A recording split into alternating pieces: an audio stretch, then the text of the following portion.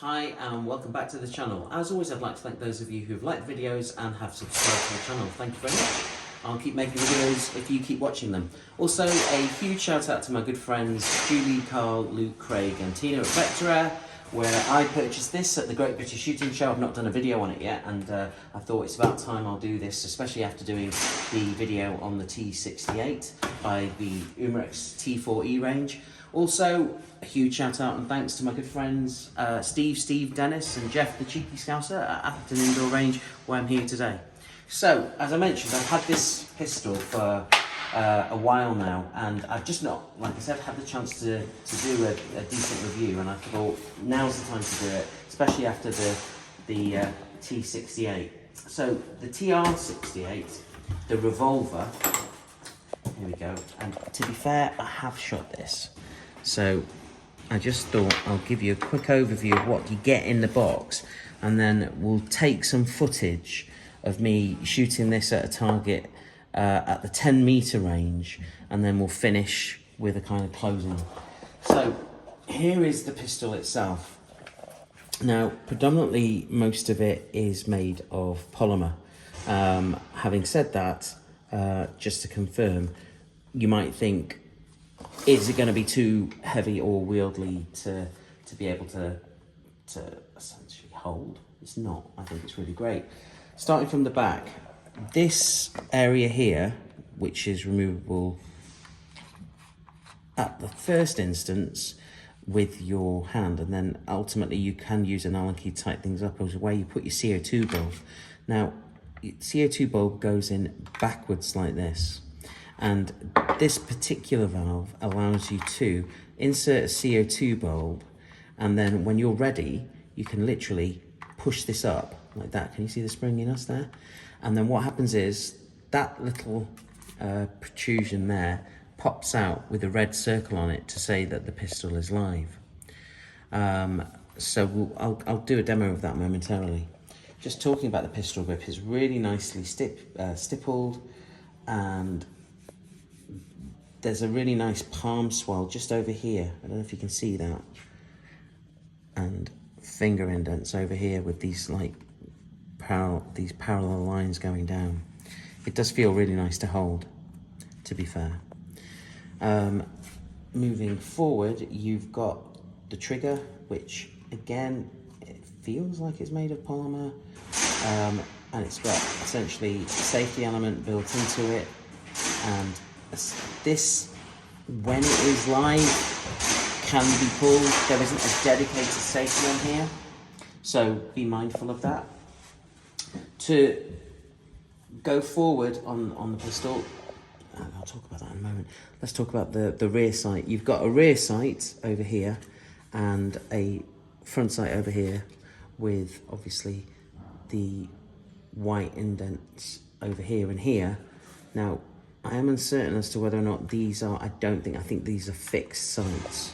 Now, this is interesting because I'm going to show something that Steve here at the range has created as a means of turning this pistol into a small rifle, for want of a better phrase.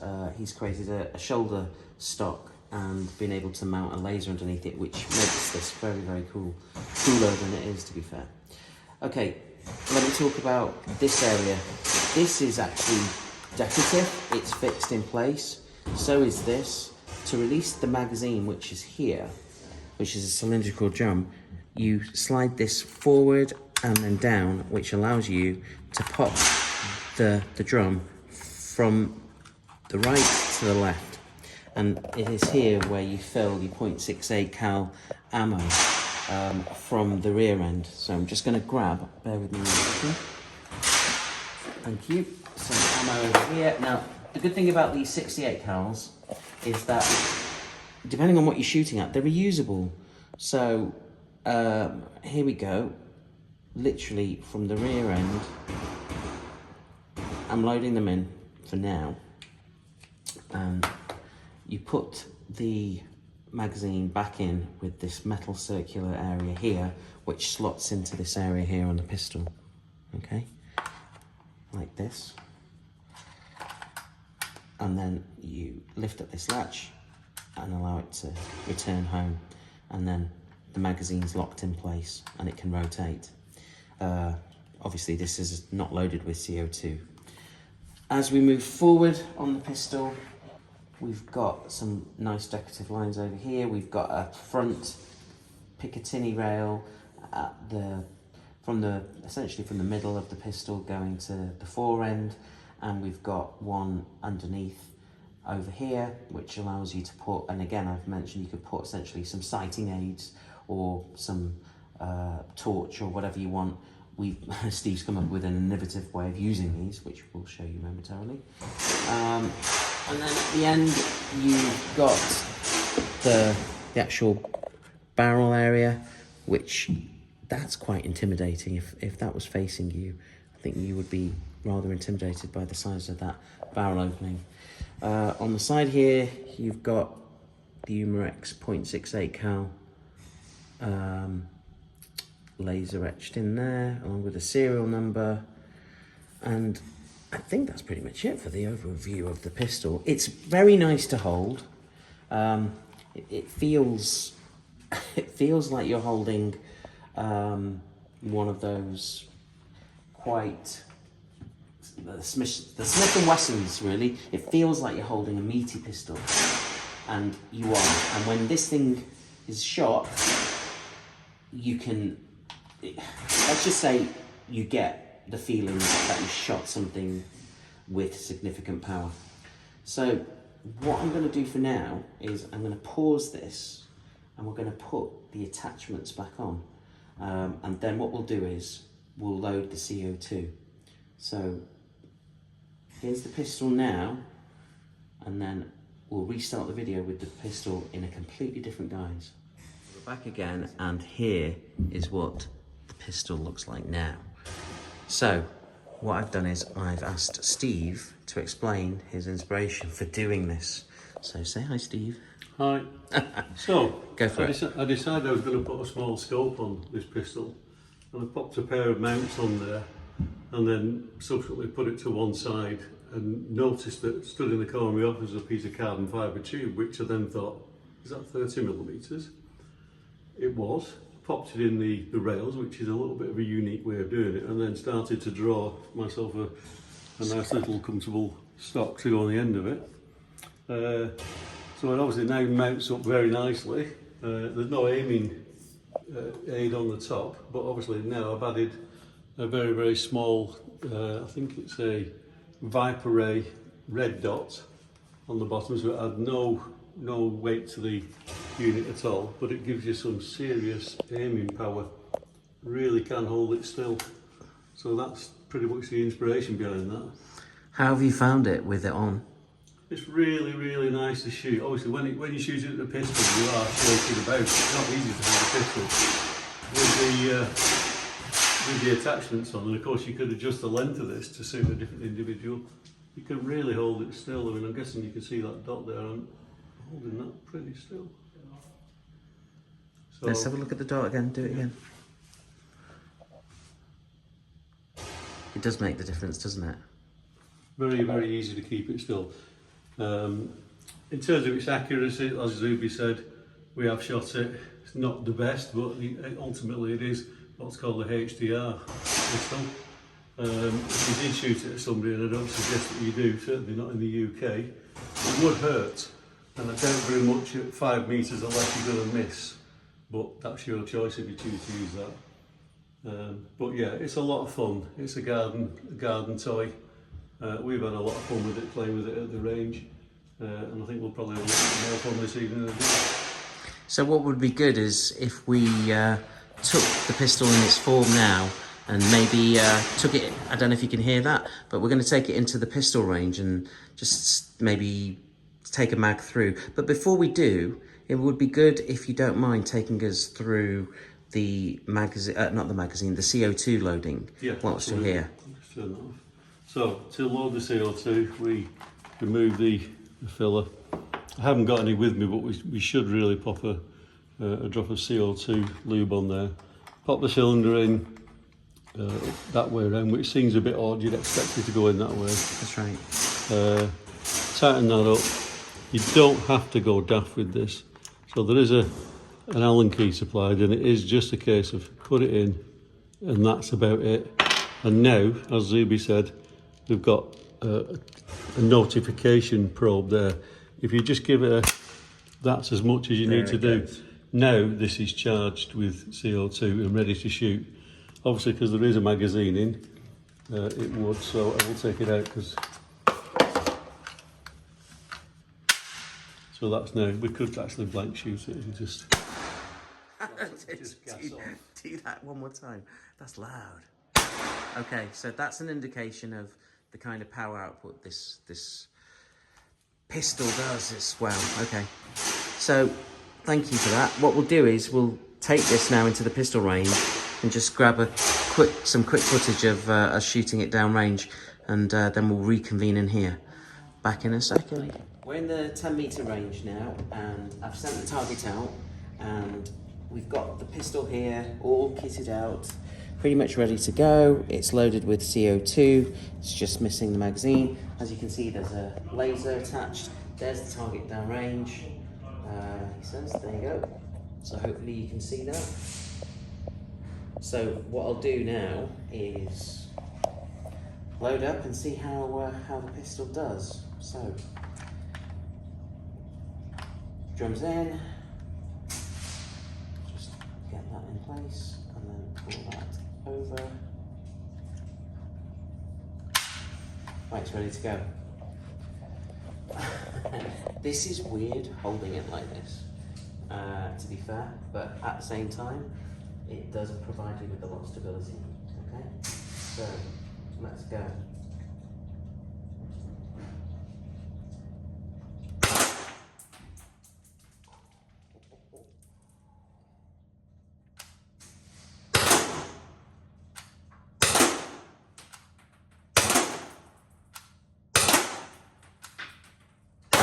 That's it. One more mag, methinks. So, it's pretty powerful. Holy crap. So 5 shots. And to be fair, you can see why you're going to get through lots of ammo on this, so you need to collect it and use it. So let's go again. Alright. Another 5 shots.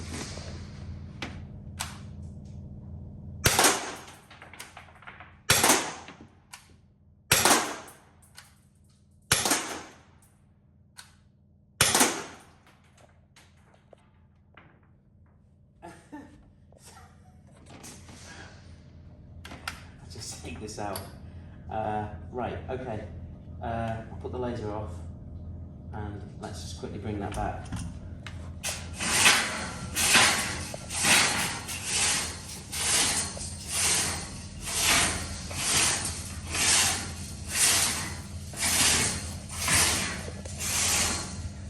Blimey. Okay, so I was kind of, as you saw, aiming here, and it was deviating slightly to the right. As you saw, there's a rogue one there. I'm assuming that's because it's one that we've reused, but still, in fairness, that's not bad. You're gonna have some serious fun with this. You are gonna have some serious fun with this. I love the fact that Steve's created this modification with this tube and this 3D printed rear butt piece. And that's Steve all over for you, to be fair. And with the laser attached. One thing we're going to do now very quickly is we're just going to discharge it. So just to quickly get rid of some of the CO2 in here. Now,